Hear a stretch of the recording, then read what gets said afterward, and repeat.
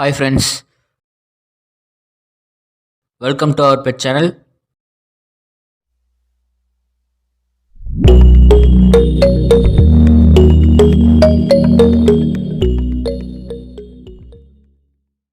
இன்றைக்கி என்ன டாபிக் பார்க்க போகிறோம்னா ஃப்ரெஞ்சஸ்க்கு எப்படி டிவார்மிங் பண்ணுறதுன்னு பற்றி தான். டாப்பிக்கில் போகிறதுக்கு முன்னாடி நம்ம சேனலை யாரெல்லாம் சப்ஸ்கிரைப் பண்ணலையோ அவங்களாம் சப்ஸ்கிரைப் பண்ணிக்கோங்க. மறக்காமல் அந்த பெல் ஐக்கானை கிளிக் பண்ணுங்கள். வாங்க டாப்பிக்கில் போகலாம்.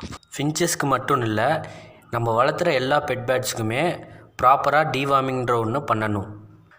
டிவார்மிங்னா என்னன்னு பார்த்தீங்கன்னா குடல் புழு நீக்கம். பேட்ஸோட ஸ்டொமக்கில் இருக்க இந்த குடல் புழுவை ரிமூவ் பண்ணால் தான் பேட்ஸ் ரொம்பவே ஹெல்த்தியாக இருக்கும். இந்த வீடியோவை ஸ்கிப் பண்ணாமல் பாருங்கள். அப்போ தான் இந்த டிவார்மிங்கை பற்றி உங்களுக்கு ப்ராப்பராக புரியும்.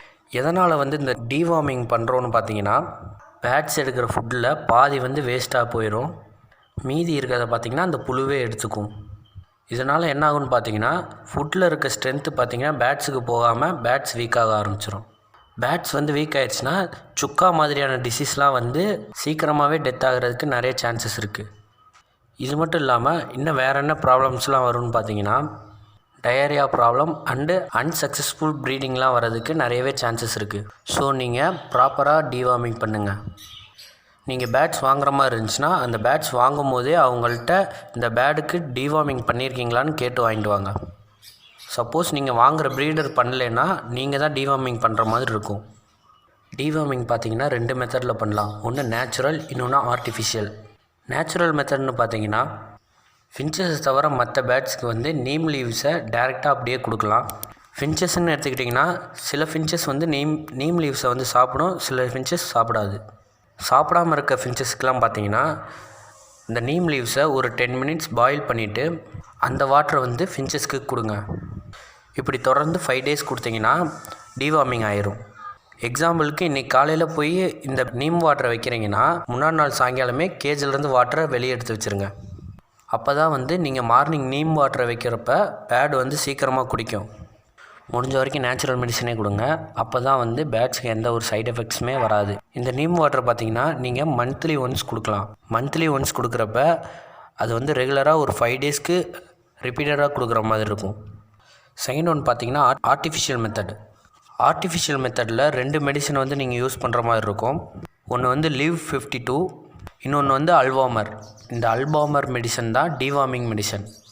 இப்போ நீங்கள் டிவார்மிங் பண்ண போகிறீங்கன்னா அதுக்கு முதல் 2 நாள் Liv 52 கொடுக்கணும். Liv 52 பார்த்தீங்கன்னா உங்களுக்கு நார்மல் மெடிக்கல் ஷாப்லேயே அவைலபிளாக இருக்கும். இதோட ப்ரைஸ்னு பார்த்தீங்கன்னா 135 to 140 rupees வரும். 250 ml வாட்டருக்கு 6 ட்ராப் நீங்கள் கொடுக்குற மாதிரி இருக்கும். நீங்கள் 1 பேர் வச்சுருக்கீங்கன்னா அதுக்கு ஒரு கப்பில் 3 ட்ராப்ஸ் சுட்டால் போதும். இது மாதிரி நீங்கள் 2 டேஸ் குடிச்சிட்டு 3ஆவது நாள்லேருந்து கண்டினியூஸாக ஒரு 5 டேஸ்க்கு அல்பாமர் கொடுக்குற மாதிரி இருக்கும். இந்த அல்பாமர் மெடிசன் உங்களுக்கு எங்கே அவைலபிளாக இருக்குன்னு பார்த்தீங்கன்னா வெட்டினரி மெடிக்கலில் தான் அவைலபிளாக இருக்கும். இதோட ப்ரைஸ் பார்த்தீங்கன்னா 60 to 70 rupees ரேஞ்சில் தான் இருக்கும். இந்த அல்பாமர் எப்படி கொடுக்கலான்னு பார்த்தீங்கன்னா 1 லிட்டர் வாட்டருக்கு பார்த்தீங்கன்னா 2 ml கொடுக்கணும். இதே நீங்கள் ஒரு பேர் தான் வச்சுருக்கீங்கன்னா 100 ml வாட்டருக்கு 3 ட்ராப்ஸ் கொடுத்தா போதும். இது மாதிரி நீங்கள் ரிப்பீட்டடாக ஒரு 5 டேஸ்க்கு கண்டினியூ பண்ணணும். அதுக்கப்புறம் கடைசியாக 1 டேக்கு Liv 52 திரும்பி கொடுங்க. இப்படி நீங்கள் கொடுத்துட்டு வந்தீங்கன்னா அதோட லிவர் பார்த்திங்கன்னா ப்யூரிஃபை ஆகிரும். இந்த டிவார்மிங் பார்த்திங்கன்னா இயருக்கு 2 டைம்ஸ் தான் பண்ணணும். அதாவது 6 months ஒன்ஸ் பண்ணுங்கள்.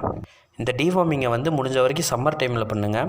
இந்த டிவார்மிங் பண்ணுற டைமில் எந்த சாஃப்ட் ஃபுட்டும் கொடுக்கக்கூடாது. ஒன்லி சீட் ஃபுட்ஸ் மட்டும் தான் கொடுக்கணும். முக்கியமாக பேட்ஸ் ப்ரீடிங் டைமில் இந்த டிவார்மிங் பண்ணவே கூடாது.